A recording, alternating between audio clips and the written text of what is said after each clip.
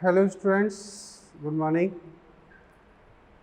हम लोग पिछले लेक्चर में स्टडी किए थे डाइकैरियन फेज इन एस्कोमाइसीटीज, या हम कह सकते हैं कि सेक्सुअल रिप्रोडक्शन इन एस्कोमाइसीटीज।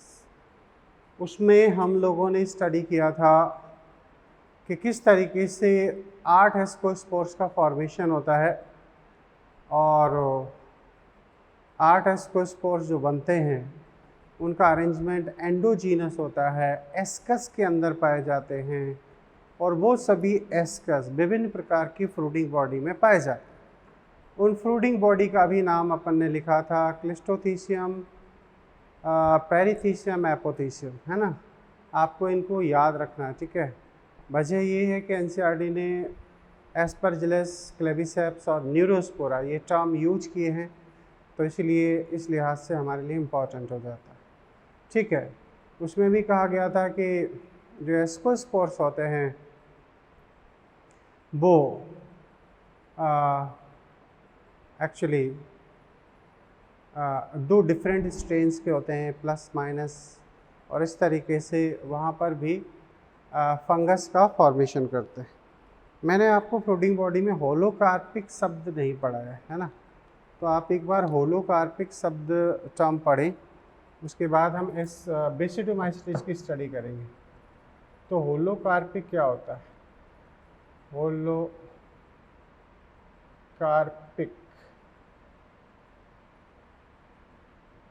कवक। तो होलोकार्पिक फंजाई का मतलब होता है कि जब पूरी की पूरी प्लांट बॉडी फ्रूटिंग बॉडी में बदल जाए, जबकि जो मल्टीसेलुलर होते हैं उनमें सेकेंडरी माइसीलियम से फ्रूटिंग बॉडी का निर्माण होता है, लेकिन ईस्ट में होलोकार्पिक फ्रूटिंग बॉडी बनती है, क्योंकि यूनिसेलुलर ऑर्गेनिज्म है ईस्ट। इसमें जब फ्रूटिंग बॉडी बनती है तो पूरी की पूरी सेल ही फ्रूटिंग बॉडी में कन्वर्ट हो जाती है, ठीक है। तो ये बात कह सकते हैं।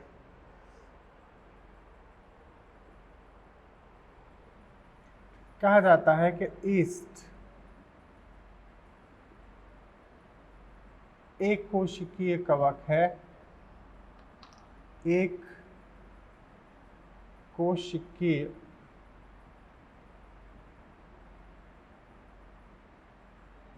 कवक है। यह या इसकी संपूर्ण कोशिका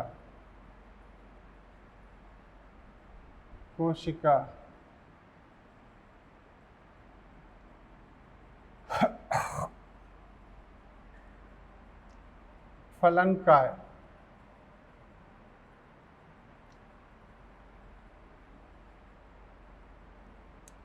फ्रूटिंग बॉडी में परिवर्तित होती है।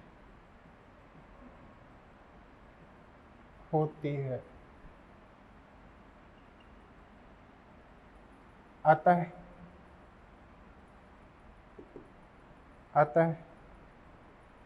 इसे होलोकार्पिक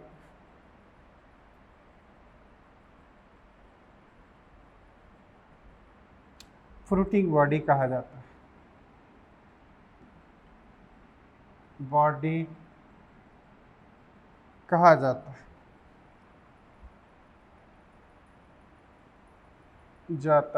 ठीक है, ऐसे याद रखें, फ्रूटिंग बॉडी कहा जाता है। और बाकी हमने आपको ऑलरेडी पहले पढ़ा दी है, एस्कोमाइसीटीज में, क्लेविसेप्स में, और किस तरीके से वहाँ पर फ्रूटिंग बॉडी का फॉर्मेशन होता है।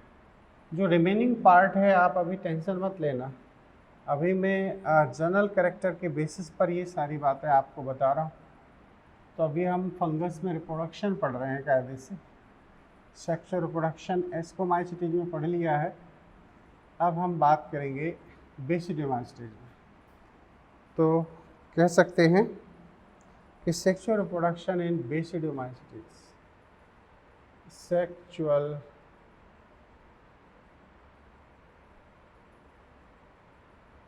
reproduction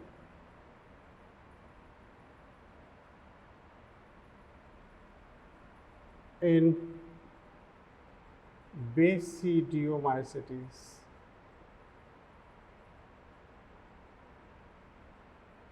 ठीक है, बेसिडियोमाइसीटीज में सेक्सुअल रिप्रोडक्शन पढ़ना है। तो इंटरेस्टिंग कहानी ये है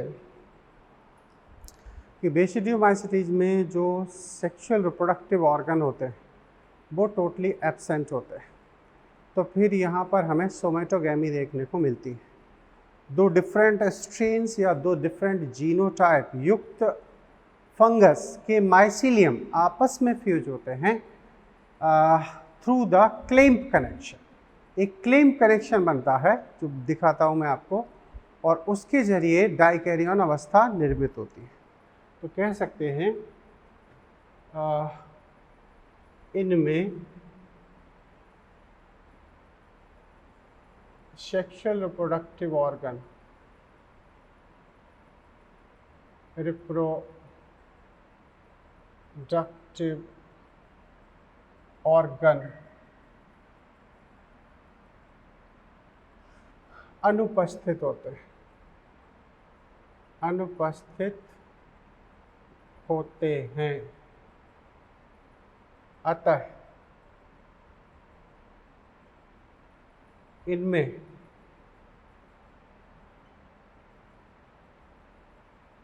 विभिन्न प्रकार के जीनोटाइप युक्त अथवा दो स्ट्रेन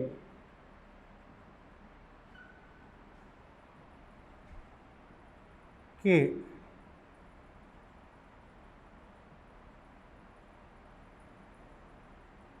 तंतु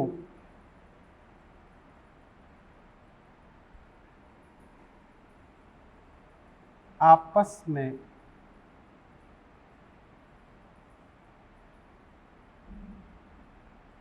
सोमेटोगैमी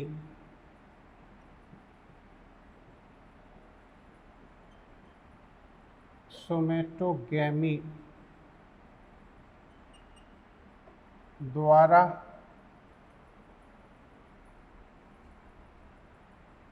लैंगिक प्रजनन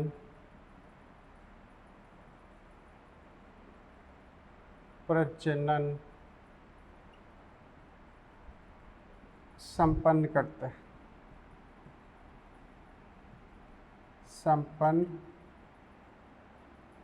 हैं। क्लियर? सोमेटोगैमी द्वारा लैंगिक जनन संपन्न करते हैं।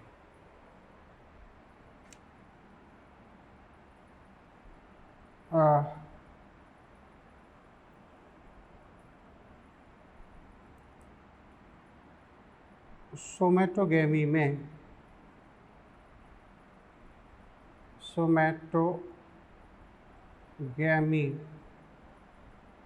के समय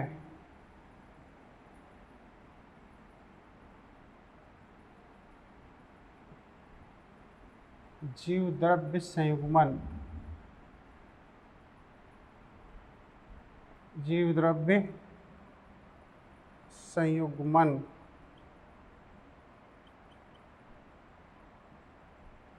claim connection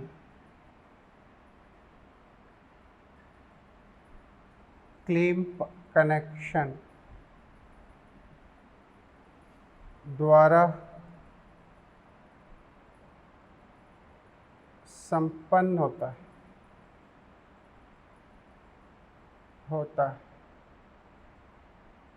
clear? Claim connection द्वारा ये संपन्न किया जाता है। अच्छा, अब ये सब है क्या, इसे हमें आज समझना अच्छे से। हम ये हटा देते हैं क्योंकि यहाँ पर सारी चीज़ें एक्सप्लेन होंगी। अब ये है एक सोमैटिक सेल, ऐसे, ठीक है। इनमें डोली पोर पाए जाएंगे ऐसे। दूसरा स्ट्रेन ये, क्लियर, इसे हम कहेंगे प्राइमरी माइसिलियम। क्या? They are primary mycelium. ये प्लस स्ट्रेन है, दिस इज माइनस स्ट्रेन।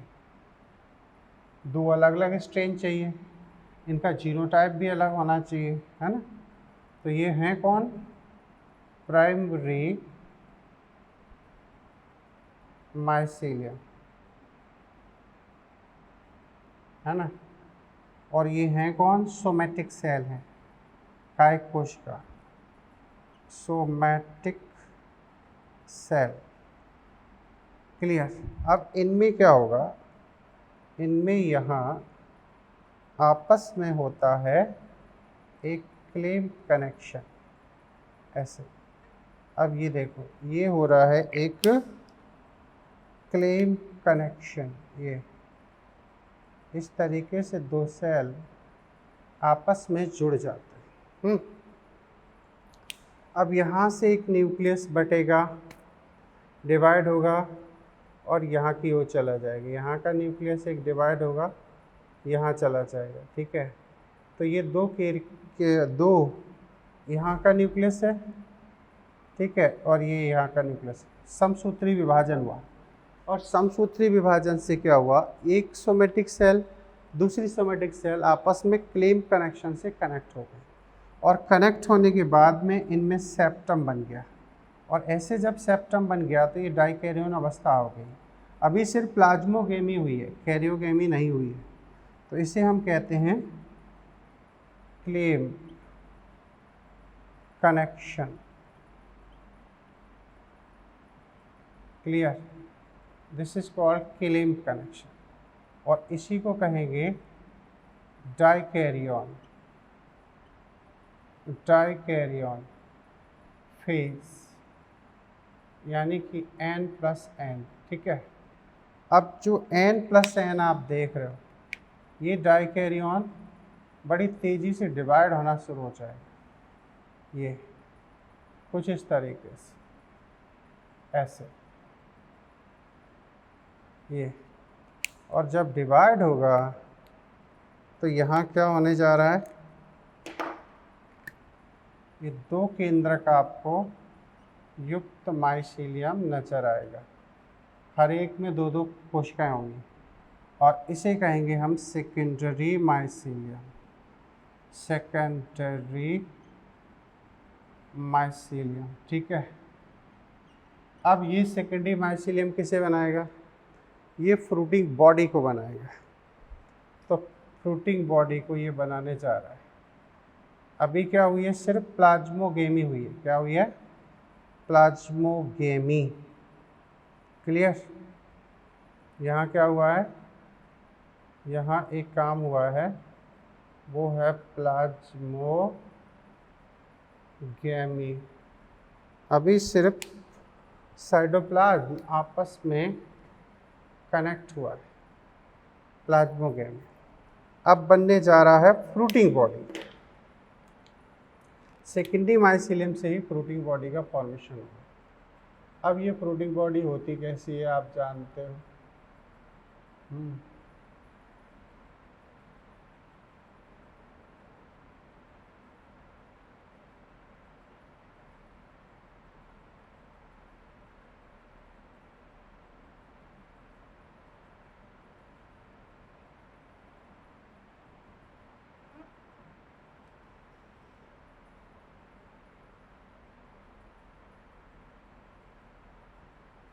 ये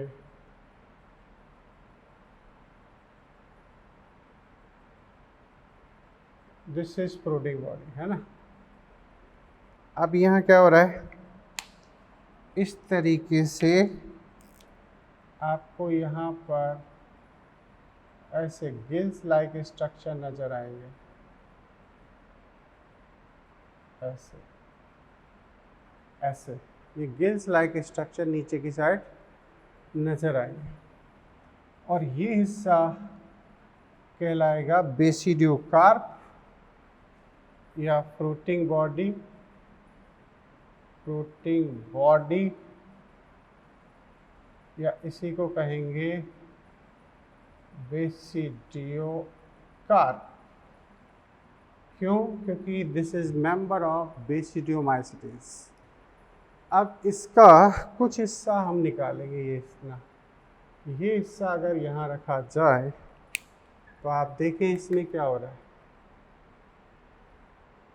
इसमें अंदर की तरफ देखा जाए तो ये यहाँ इस तरीके से ये माइसीलियम है, ठीक है, ऐसे। अब इनमें कुछ सेल में क्या हुआ है, जाइगोट फॉर्मेशन हो गया। अब कुछ में अभी भी क्या है, डाइकैरियन फेज आपको नज़र आ जाएगी। सपोज ये डाइकैरियन फेज है, इसमें डाइकैरियन फेज है, लेकिन यहाँ जाइगोट बन गया, यहाँ जाइगोट बन गया, यहाँ जाइगोट बन गया, जाइगोट बन गया।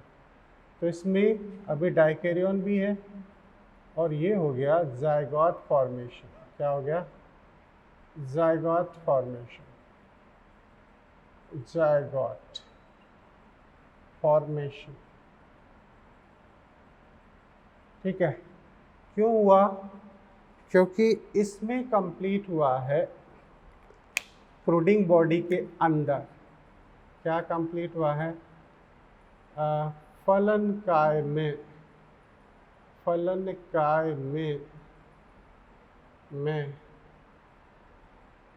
कैरियोगेमी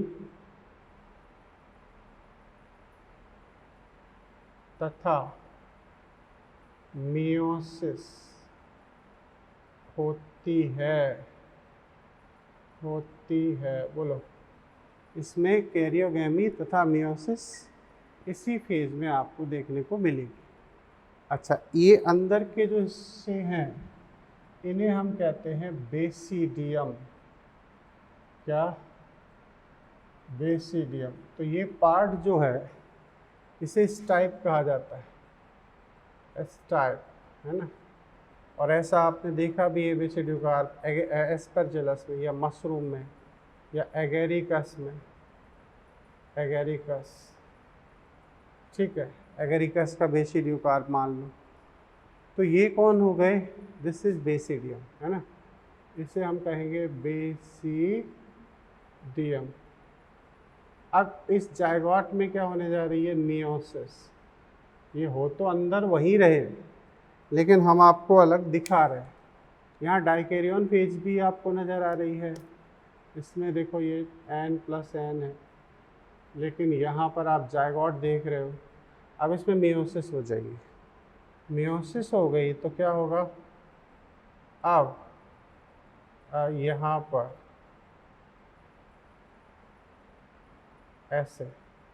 ऐसे इनमें जर्म ट्यूब बनेंगे कुछ इस तरीके से, ऐसे। अब इन पर लगेंगे स्पोर्स, ये बेसिडियोस्पोर्स हो जाएंगे, है ना। ये अलग अलग स्पीसीज में अलग अलग टाइप के हो सकते हैं, तो चिंता करने की ज़रूरत नहीं है कि इसमें ऐसा नहीं है, ऐसा है, इसमें ऐसा नहीं है, ऐसा है। तो ये प्लस और ये माइनस, तो ये कहलाएंगे, इसको जर्म ट्यूब कहते हैं और इन्हें हम कहते हैं बेसिडियोस्पोर। क्या कहेंगे? बेसिडियोस्पोर। ये 2 डिफरेंट स्ट्रेन्स के होंगे, याद रहे, और इनकी संख्या होगी 4 हैप्लॉइड हैं और एक्सोजीनस। कैसे हैं? एक्सोजीनस। ये शब्द याद रखो, एक्सोजीनस बाहर की तरफ बन रहे हैं, जर्म ट्यूब पर बन रहे हैं, है ना। और कुछ स्पीसीज में अलग टाइप से भी बनते हैं, कुछ स्पीसीज में ऐसे बनते हैं, ऐसे ऐसे, कुछ लोग ऐसे बना देते हैं, तो ऐसे भी बन जाते हैं। 4 हैप्लॉइड स्पोर्स होना चाहिए, ठीक है। तो आप तो ये बेसिडियम में बन रहे हैं, तो आप ऐसे समझ सकते हो, ये बेसिडियोस्पोर्स हैं। अब इनका डिस्पर्सल होगा तो प्लस जो होंगे माइनस के होंगे माइनस स्पोर्स, तो वो तो माइनस को बना देंगे, और जो प्लस के होंगे वो प्लस का फॉर्मेशन कर देंगे, ऐसे प्लस को बना देंगे। समझ गए? तो ये इस तरीके से इनकी लाइफ साइकिल कंप्लीट होती है। तो ये कहलाता है सेक्सुअल रिप्रोडक्शन इन बेसिडियोमाइसीटीज। ठीक है, बेसिडियोमाइसीटी। देखो हर एक सदस्य में, ये मैंने जो आपको डायग्राम दिखाया है, ये एनसीईआरटी की जो शब्दावली है, टर्म्स हैं, उसको एक्सप्लेन किया। एनसीईआरटी क्लियर कट कहती है कि karyogamy and meiosis occurs in fruiting body, है ना, और it's dikaryon containing secondary mycelium is responsible to produce fruiting body in basidiomycetes। Clear? ये चीज़ें समझना है। देखो मैंने आपको वो जो लाइनें हैं वो मैंने आपको दिखाने की कोशिश की है। क्लियर? तो इस तरीके का फ्रूटिंग बॉडी होती है जिसे बेसिडोकार्प कहते हैं। एगेरिकस मैंने इसलिए लिख दिया है कि एगेरिकस एक्चुअली यहाँ पर आप देखोगे एगेरिकस, ठीक है, तो एगेरिकस का चूँकि जिक्र एनसीईआरटी में है इसलिए मैंने इसको लिया है, अदरवाइज़ तो मशरूम भी इसी टाइप के हमें नज़र आते हैं। अब हम इस जगह आपको ये बातें लिख के दे दे। अब आप समझ गए होंगे सोमेटिक सेल हैं, रिप्रोडक्टिव ऑर्गन है नहीं, सोमेटिक सेल थी, वही आपस में क्लेम कनेक्शन से कनेक्ट हो गई। जीव द्रव्य संयुग्मन क्लेम कनेक्शन द्वारा संपन्न होता है। आगे की कहानी और लिखते हैं। तो फिर आगे क्या होगा?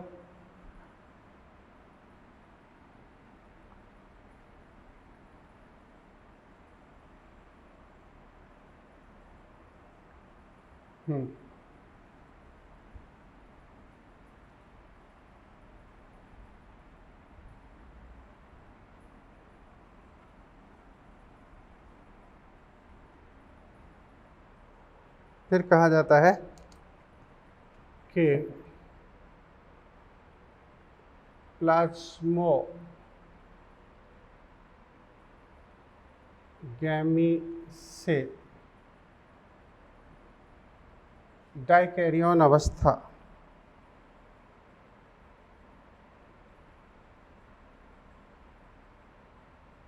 फेज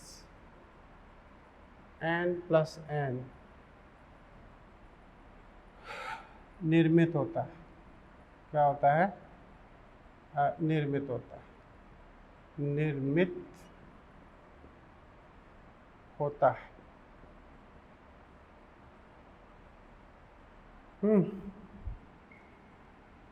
इसमें समसूत्री विभाजन से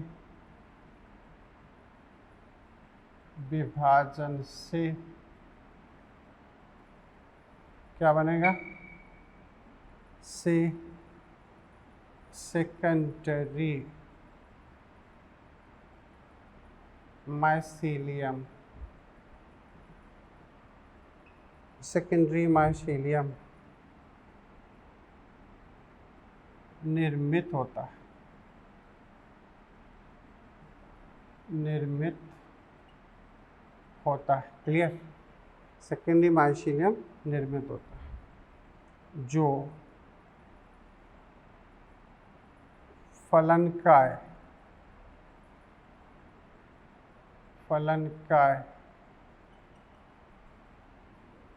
बेसिडियोकार्प, क्या?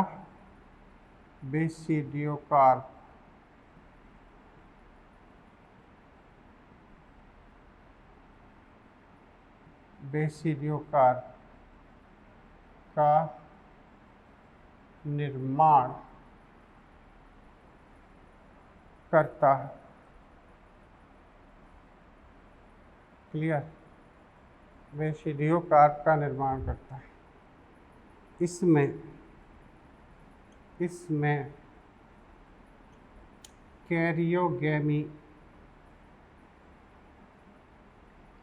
तथा मियोसिस संपन्न होता है। ठीक है। प्रत्येक जायगोट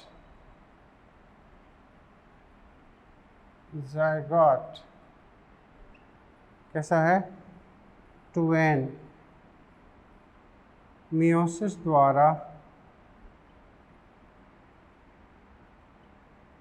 4 हैप्लॉइड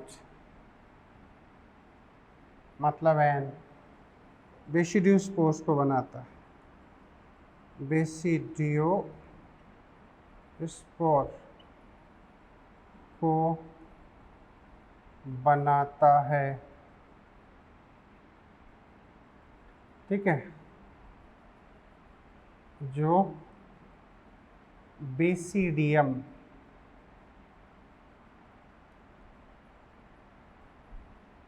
या फलनकाय में व्यवस्थित होते हैं। फलनकाय में व्यवस्थित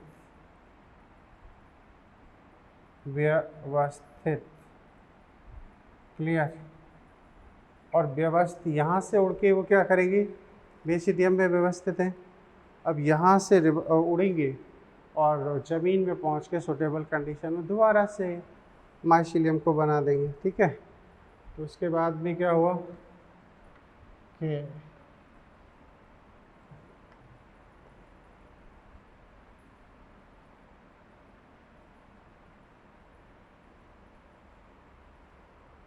बेसिडियोस्पोर अनुकूल परिस्थितियों में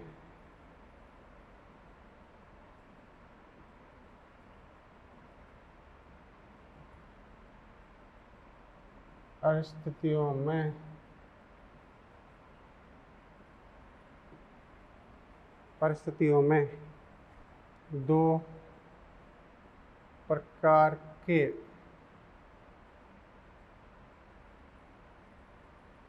माइसिलियम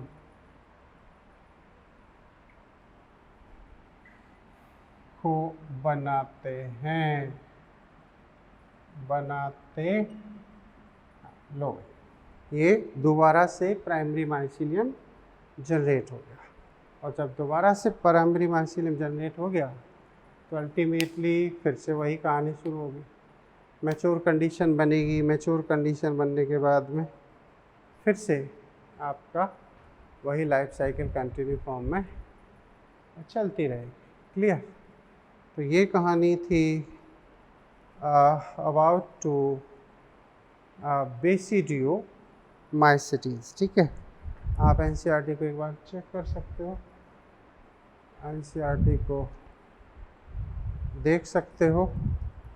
वहाँ ये सारी इन्फॉर्मेशन आपको दिखाई गई हैं और दी गई। क्लियर।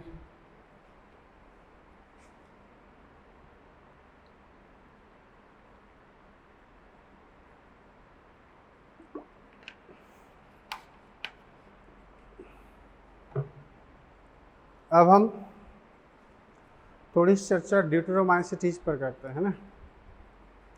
तो ड्यूटेरोमाइसिटीज में सेक्सुअल रिप्रोडक्शन होता नहीं है ना, टोटली एब्सेंट है। ये मैं पहले भी आपसे कह चुका हूँ।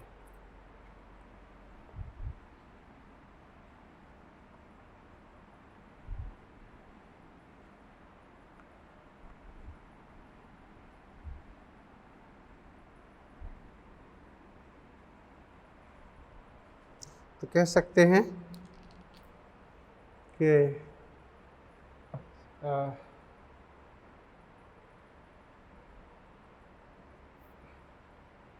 member of deuteromycetes,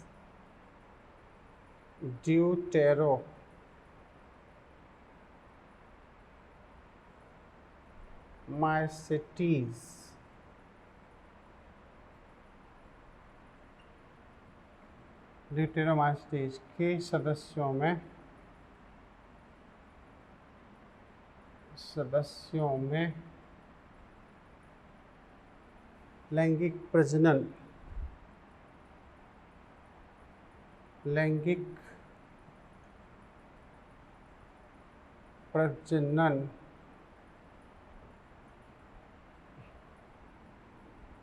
अनुपस्थित होता है।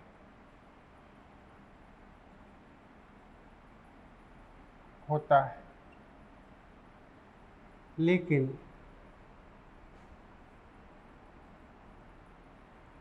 जैसे ही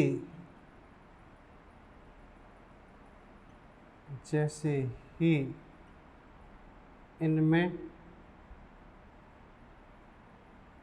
लैंगिक जनन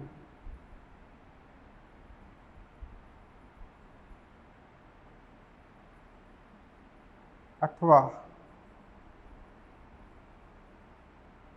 जीवन चक्र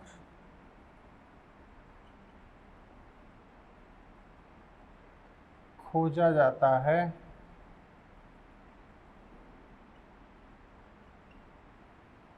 तब इन्हें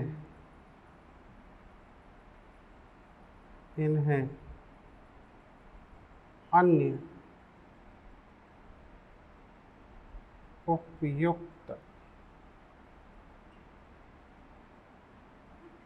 उपयुक्त क्लास या वर्ग में रख दिया जाता है।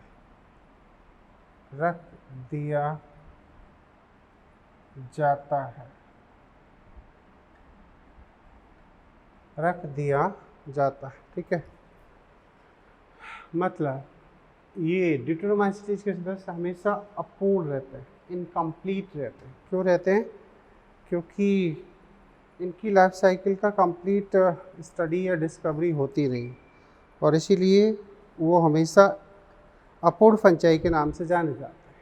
जैसे ही उसमें सेक्सुअल रिप्रोडक्शन डिस्कवर होता है, या फिर जैसे ही उनमें उनकी लाइफ साइकिल कंप्लीट हो जाती है, वैसे ही उन्हें वहाँ से डिटरमाइसिटी से उठा के किसी अप्रोप्रिएट क्लास में ले जाया जाता है, विच में भी एस्कोमाइसिटीज, विच में भी बेसिडोमाइसिटीज।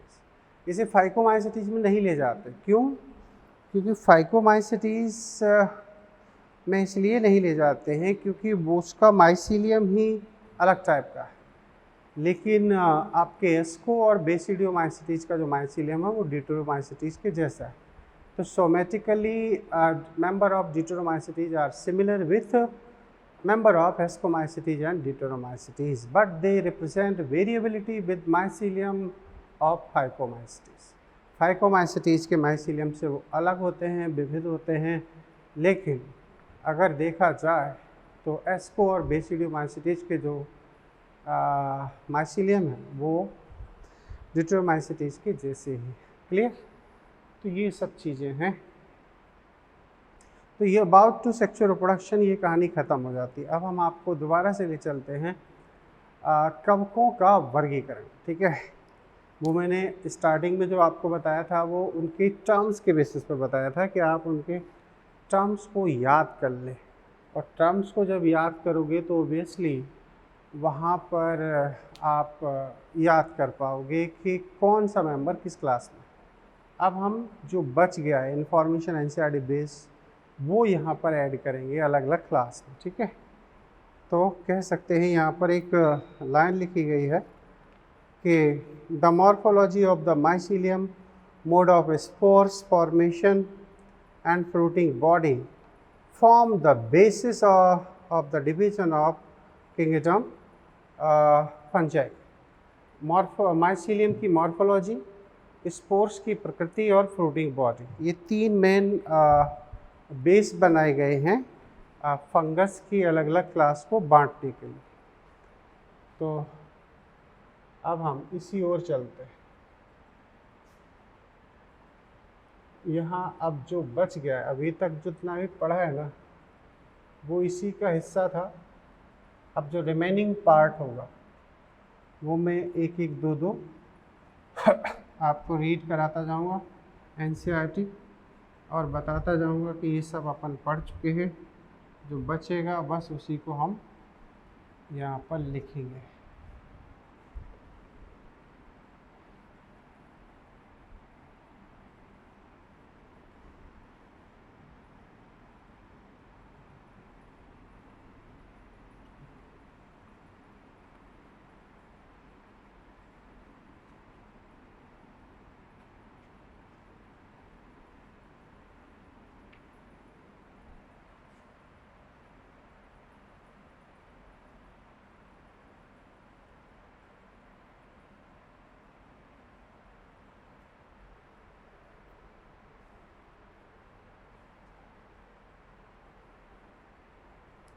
हम्म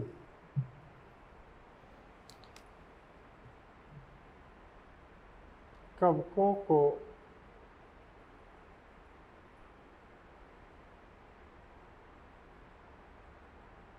कवकों को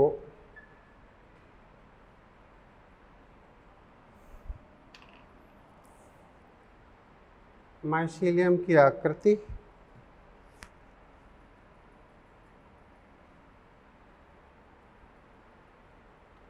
मॉर्फोलॉजी बाह्य आकृति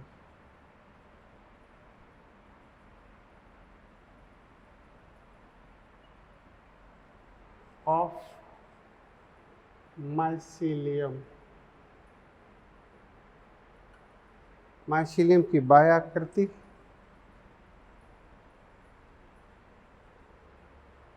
बीजाणु तथा फलनकाय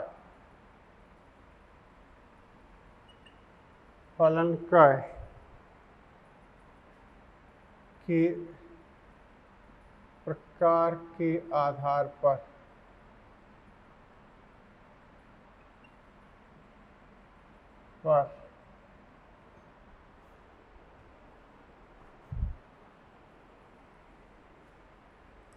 कवकों को वर्गीकृत किया जाता है। वर्गीकृत किया जाता है। वर्गीकृत किया जाता है। ठीक है, वर्गीकृत किया जाता है। अब पहला आता है फाइकोमाइसीटीज। क्या? फाइकोमाइसीटीज।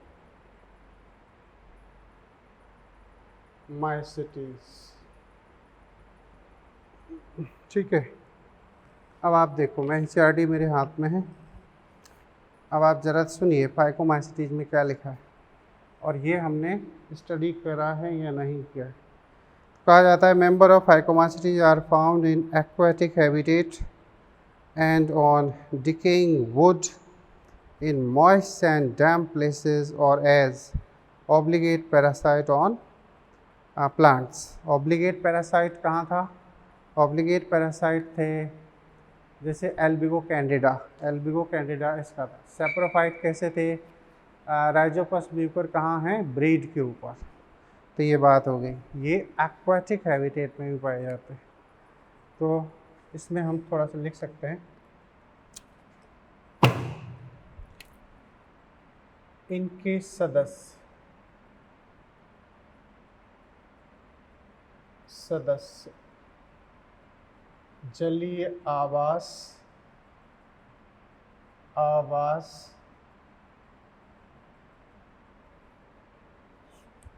जलीय आवास मृतोपजीवी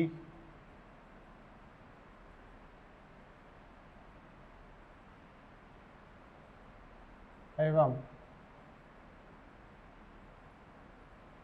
परजीवी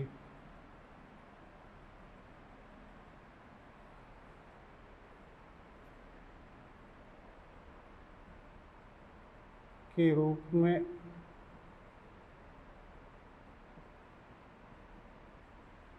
आवास को प्रदर्शित करते हैं।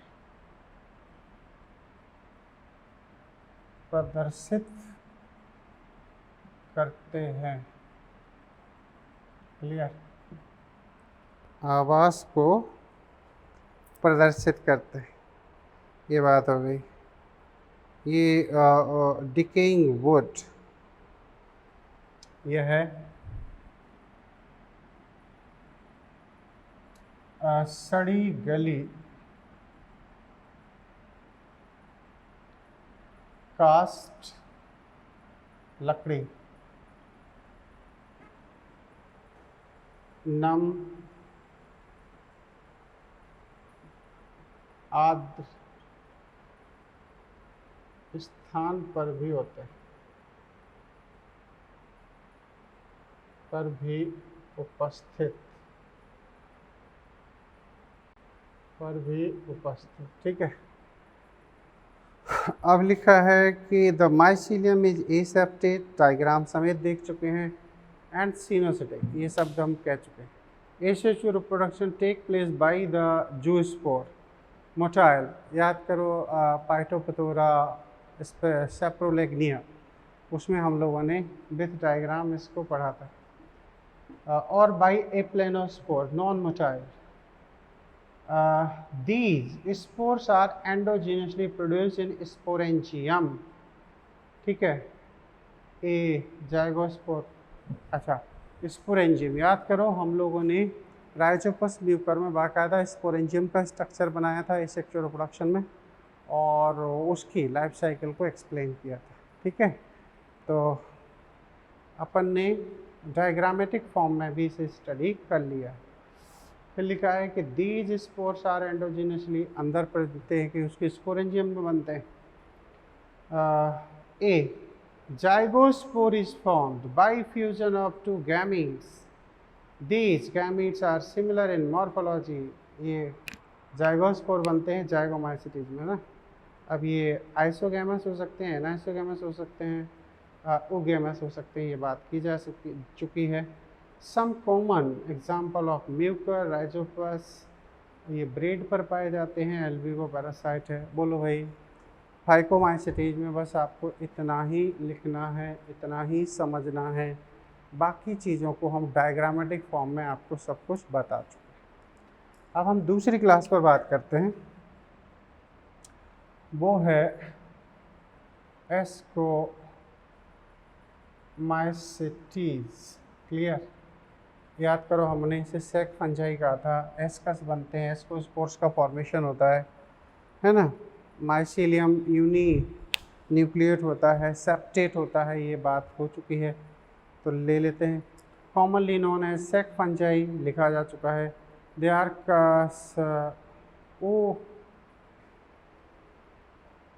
oomaicities are the mostly multicellular, इनके जो माइसीलियम है वो मल्टीशेलर हैं, पेनिशिलियम, और रेयरली यूनिशेलर। रेयरली यूनिशेलर मतलब है ईस्ट में यूनिशेलर है, इस पर बात हो चुकी है। सैक्रोबाइसिस सेरेबिसी ईस्ट का बॉटनिकल नाम है, इसे याद रखना होगा। They are saprophytic decomposers, parasite, coprophilous, growing on dung, ठीक है।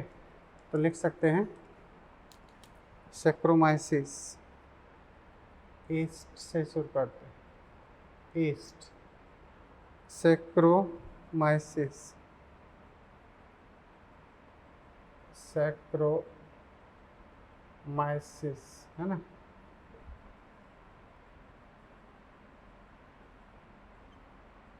सेरेबिसी,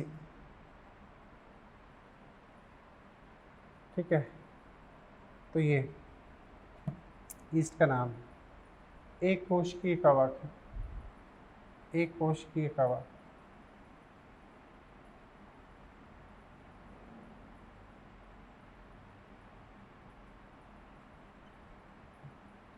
अन्यथा अन्य सदस्य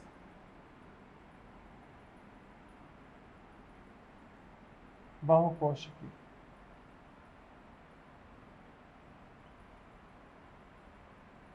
बहुकोशिकीय होते हैं या हैं। ये सैप्रोफाइट भी होते हैं, पैरासाइट भी होते हैं, और ये कॉप्रोफिलस भी है, डिकम्पोजर्स भी है। यह है मृतोपजीवी, मृतोपजीवी अपघटक, परजीवी, परजीवी, ठीक है, परजीवी, कॉप्रोफिलस, कॉप्रोफिलस,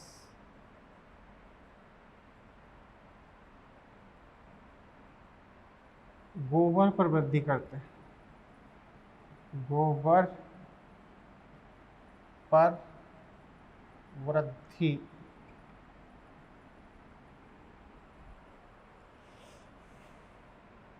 प्रदर्शित करते हैं, प्रदर्शित करते हैं। ठीक है, ये बात हो गई। इसके बाद में क्या है, the mycelium is septate mycelium. फिर है माइसीलियम कैसा है इनका, माइसीलियम इज ब्रांच्ड है, सेप्टेट है। Asexual spores are conidia produce on exogenous on the special mycelium called the conidiophore. Conidia on the germination produce mycelium. Sexual spores are called ascospores. इनके जो लैंगिक प्रजनन अंग है एस्कोस्पोर कहलाते हैं। और फिर एंडोजीनसली प्रोड्यूस होते हैं, एस्कस में बनते हैं। They are arranged in different type of fruiting bodies. Different type of fruiting bodies में हम आपको लिखा चुके हैं, क्लिस्टोथीसियम, पेरिथीसियम, एपोथीसियम, है ना। इसकी फ्रूटिंग बॉडी को एस्कोकार्प कहते हैं। अब है ये हो गए, है ना। फिर लिखा है कि Neurospora, Neurospora extensively in biochemical and genetic work. Many members like the morels and truffles are edible and delicious food. ये हम लिखा चुके हैं टेबल में। मोरल्स एंड ट्रफल्स खाने लायक हैं, जैसे मशरूम खाए जाते हैं, अच्छा खासा सब्जी बनता है, सूप बनता है, पिज़्ज़ा में आप लोग खाते हो। ऐसे यहाँ पर कह सकते हैं इनके लिए कुछ खास, क्या खास बच गया है, हाँ न्यूरोस्पोरा। न्यूरोस्पोरा है ना, पर आनुवांशिक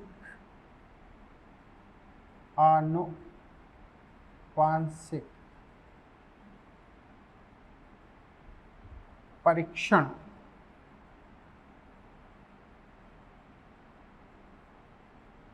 जैसे क्रॉसिंग ओवर, जीन विनिमय,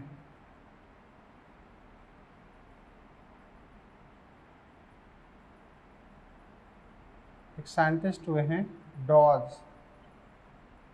इन्होंने अध्ययन किया था और इसमें सबसे पहले सहलग्नता को भी खोजा गया था, इसीलिए हम इसे ड्रोसोफिला प्लांट किंगडम भी कहते हैं, हिंदी में लिखा हुआ है ना। तो कह सकते हैं इसमें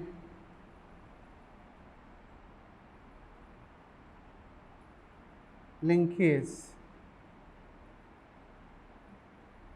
अध्ययन हुआ, अध्ययन किया गया।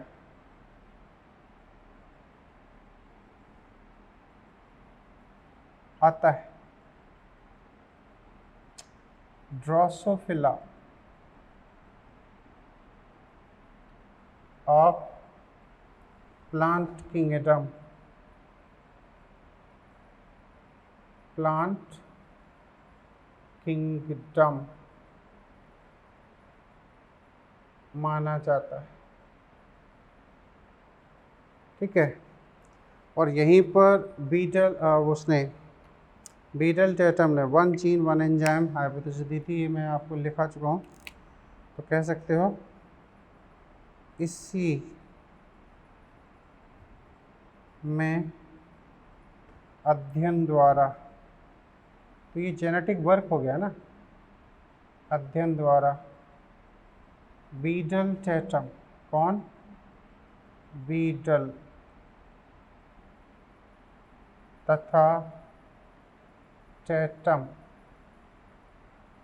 ने 1 जीन 1 एंजाइम, 1 जीन 1 एंजाइम, ठीक है, एंजाइम परिकल्पना दी थी, परिकल्पना दी थी।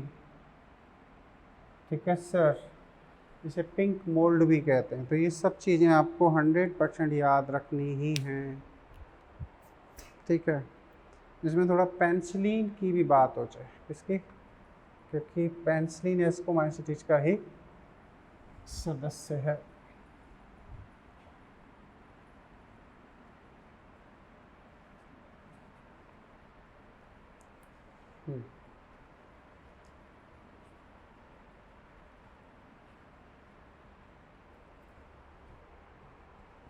है ना, इसका जो सदस्य है पेनिसिलियम नोटेटम।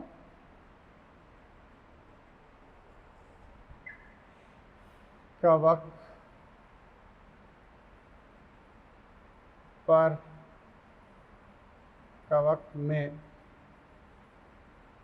अलेक्जेंडर फ्लेमिंग या फ्लेमिंग के द्वारा 1929 में द्वारा 1929 में प्रथम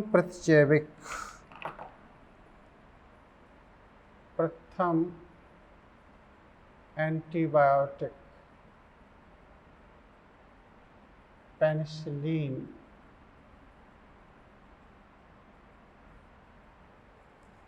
की खोज की थी।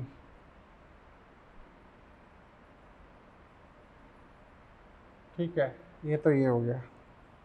अब यहाँ थोड़ी सी चर्चा एस्परजिलस की भी हो जाए। क्या? एस्परजिलस नाइगर, ये एक्चुअली पैरासाइट भी होता है और सैप्रोफाइट भी होता है ना। यह है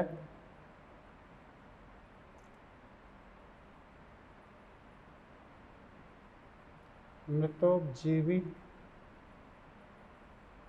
एवं परजीवी के रूप में होता है।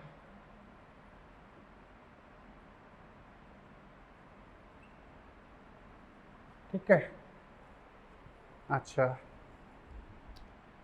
ये डिसीज कॉज करता है। इसके द्वारा मनुष्यों में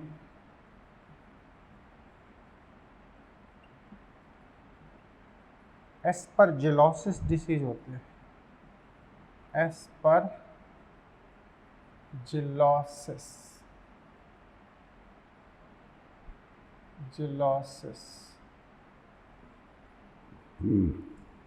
बीमारी होती है।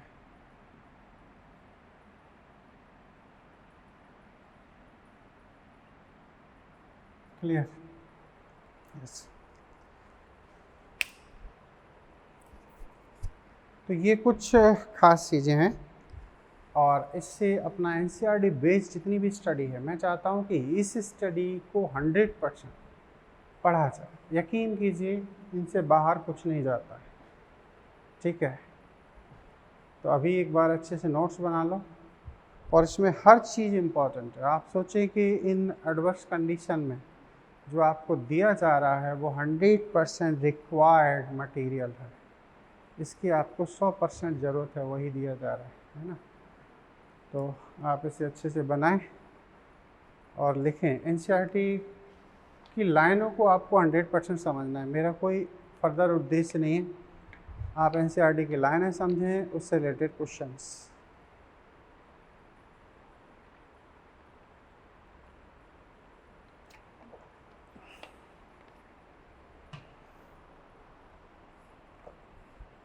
बोलो, क्लियर?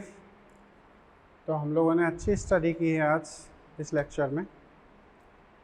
अब हम आपको ऐसे ही बेसिडोमाइसीटीज और डिट्रोमाइसीटी की बात करेंगे तो फंगस समाप्त हो जाएगी। फिर हम चलेंगे एल्गी की ओर, एल्गी पढ़ेंगे। क्लियर? ब्रायोफाइट, तो इसमें फंगस है।